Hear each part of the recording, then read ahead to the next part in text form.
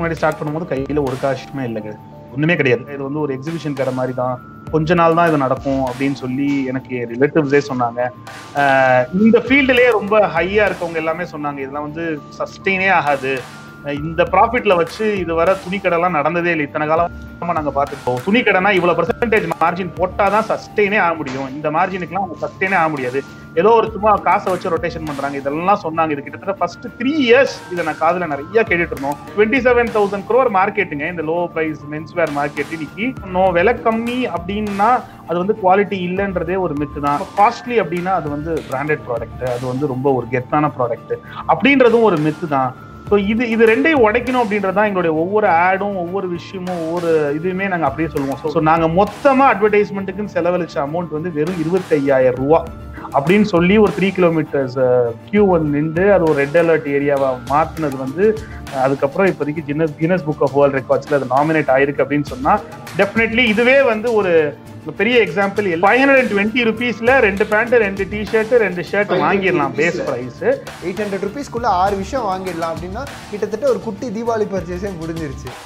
இந்த சாட்டிஸ்ஃபேக்ஷன் இந்த அவங்க வாங்க போகும்போது அவங்க அடிச்சு பிடிச்சி அவங்க வாங்குவாங்க தெரியுங்களா, எனக்கு இது எப்படியாவது வாங்கணும், ஏன்னா அவங்களுக்கு இந்த அந்த அளவுக்கான ஒரு எக்கனாமியில நம்ம இருக்கோம். அதாவது ஃபைனான்ஸோடைய முக்கியத்துவம் தெரியக்கூடிய இடம். யாருமே லாவிஷ் ஸ்பெண்டிங் கிடையாது. எனக்கு ஒவ்வொரு ஓப்பனிங்லயும் இருக்க போகும்போது நான் வந்து என்ஜாய் பண்ணுவேன் அந்த ஓப்பனிங்ல அந்த எங்க கஸ்டமர்ஸ் வர்றதும் நாங்க நிக்கிறதும் அவங்க பேசுறதும் அந்த இன்டராக்ஷனும். அதுக்கு வந்து எவ்வளவு கோடி கொடுத்தாலும் கிடைக்காதுங்க. பிசினஸுக்கு மந்த்ரா அப்படின்னா play with your money and don't go for loan.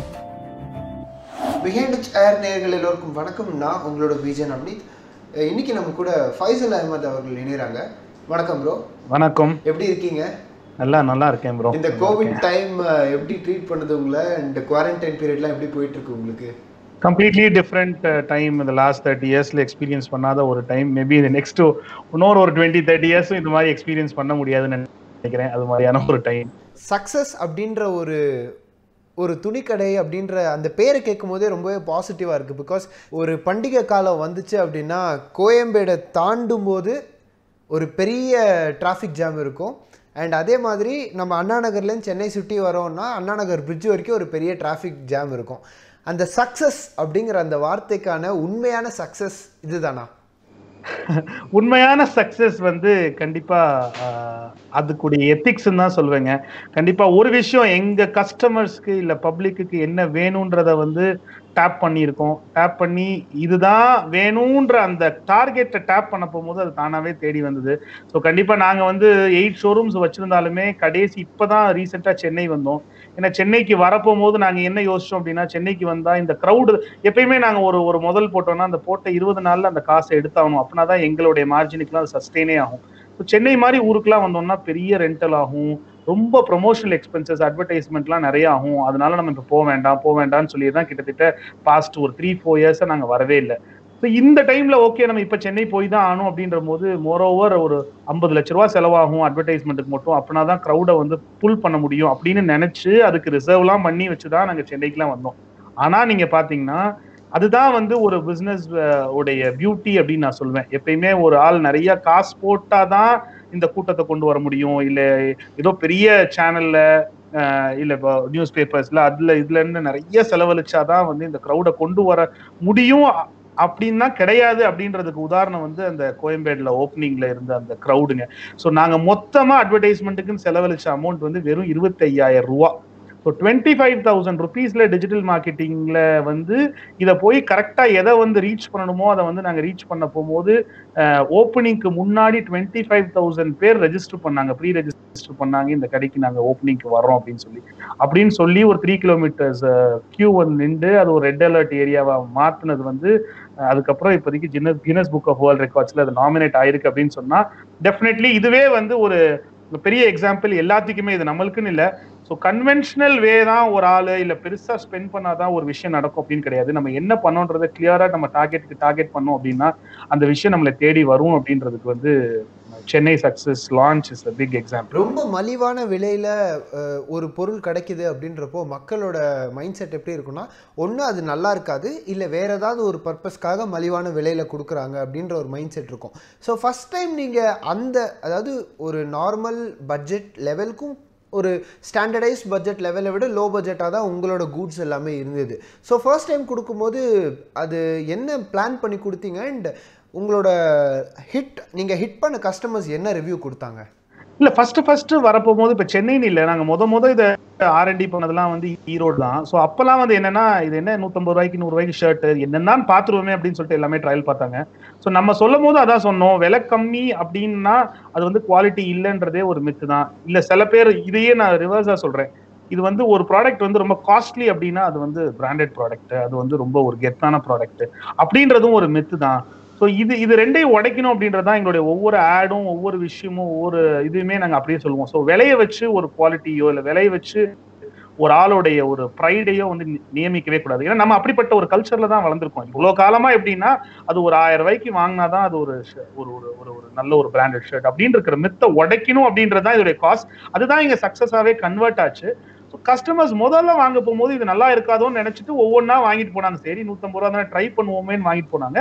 But அதுக்கப்புறம் அது கன்வெர்ட் ஆகுதுல, அது வந்து ரொட்டேட் ஆகி கன்வெர்ட் ஆக போகும்போது தான் இது எங்களுடைய ஒரு சக்சஸே கிடைச்சிருங்க. அப்போ வந்து ரியலைஸ் பண்ணாங்க, திருப்பி வந்தாங்க. திருப்பி வர போகும்போது தான் இது வந்து இவ்வளவு தூரத்துக்கு இது ரிப்பீட்டட் கஸ்டமர்ஸ் ஆச்சு, இவ்வளவு ஷோரூம்ஸாகவும் ஆச்சு அப்படின்னு சொல்லுவாங்க.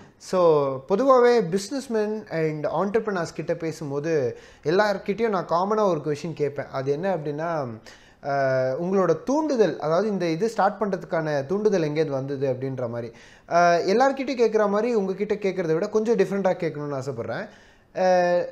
செல்ஃப் சஸ்டெயின்டாக ஒரு விஷயத்தை பண்ணணும், அதாவது நாம் ஒரு ஆண்டர்பிரினர் ஆகணும் அப்படின்ற ஐடியா எங்கேருந்து வந்தது? தூண்டுதல் அப்படின்றது இல்லாமல் ஐடியா எங்கேருந்து வந்தது உங்களுக்கு?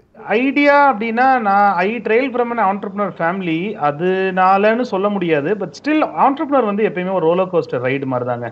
இப்போ வந்து நம்ம ஒரு இப்போ இதுதான் வேணும் எனக்கு, அடுத்த மாசம் எனக்கு இவ்வளவுதான் வேணும், இதுதான் அட்டைன் பண்ணணும் அப்படின்றது ஒரு ஒரு மாதிரியான ஒரு பர்பஸ். பட் நம்ம ஆண்டர்பிரினரியல் பர்பஸ் அப்படி கிடையாது. எப்படி வேணா ஒரே ஹைக்கும் இருக்கும், ஒரே லோவும் இருக்கும். எப்படி அது கிட்டத்தட்ட அது ரோலர் கோஸ்டர் மாதிரி தான். ஸோ நம்மளுக்கு வந்து ஒரு மொனோட்டனியான ஒரு லைஃப் வேண்டாம், சம்திங் இன்ட்ரெஸ்டிங், எப்பயுமே ஒரு த்ரில்ஸ் இருந்துட்டே இருக்கணும் அப்படின்னா யாருனாலும் ஆண்டர்பிரினர் ஆகலாம் அப்படின்றது தான் நான் சொல்லுவேன். ஸோ அதே மாதிரி தான் நானுமே ஆண்டர்பிரினர். கண்டிப்பா எனக்கு எப்பயுமே எல்லா விஷயத்துலையுமே சின்ன வயசுல இருந்தே ஒரு த்ரில் தேவைப்பட்டுட்டே இருந்தது. எல்லா இதுலையுமே ஒரு மொனோட்டனி இருக்காது. நானா எதையாவது எதுவுமே ஒண்ணுமே இல்லாட்டி கூட நானா எதையாவது இழுத்து போட்டு செய்வேன். ஸோ அந்த மாதிரி இருக்கிற ஆட்டிடியூட்காரவங்க யாருனாலுமே they are entrepreneurs தான் சொல்லுவேன் நினைக்கிறேன்.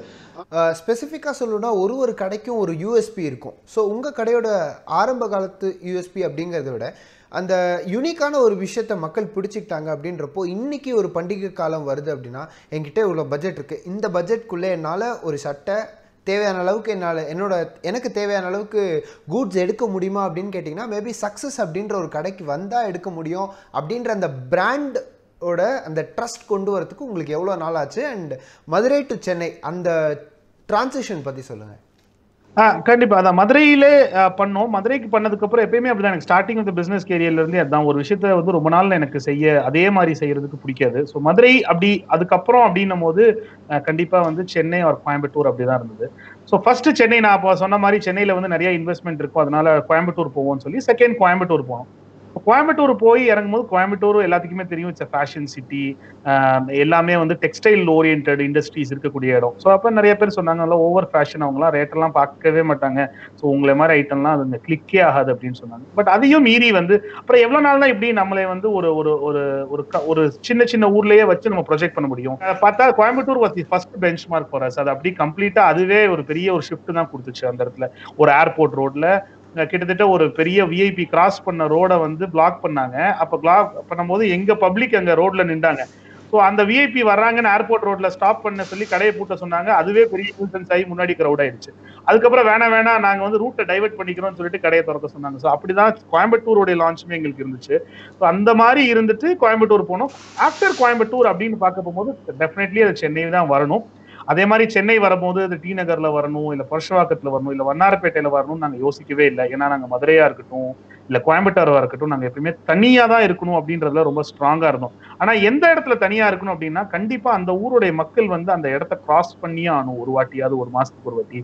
ஸோ அந்த மாதிரி ஒரு இடத்துல இருக்கணும் அப்படின்னு நினைக்கும் போது தான் கண்டிப்பா இன்னைக்கு வந்து சென்னை மக்கள் வந்து விஆர் மாலுக்கு ஒன்ஸாவது வருவாங்க, கோயம்பேடுக்கு கண்டிப்பா ஒன்ஸாவது வருவாங்க மாசத்துக்கு ஒரு வாட்டி. ஸோ அதை வரப்போகும்போது கண்டிப்பா நம்ம கடையை ஒரு வாட்டியாவது பார்ப்பாங்க அப்படின்றதுதான். பார்க்கும் போது அதுக்கப்புறம் எனக்கே ஒரு நாள் டிராப் இன் ஆவாங்கன்றதுதான் சென்னையில அந்த இடத்துல நாங்க லொகேட் பண்ணதுக்கான ஒரு பேக் ஸ்டோரின்னு சொல்லலாம்.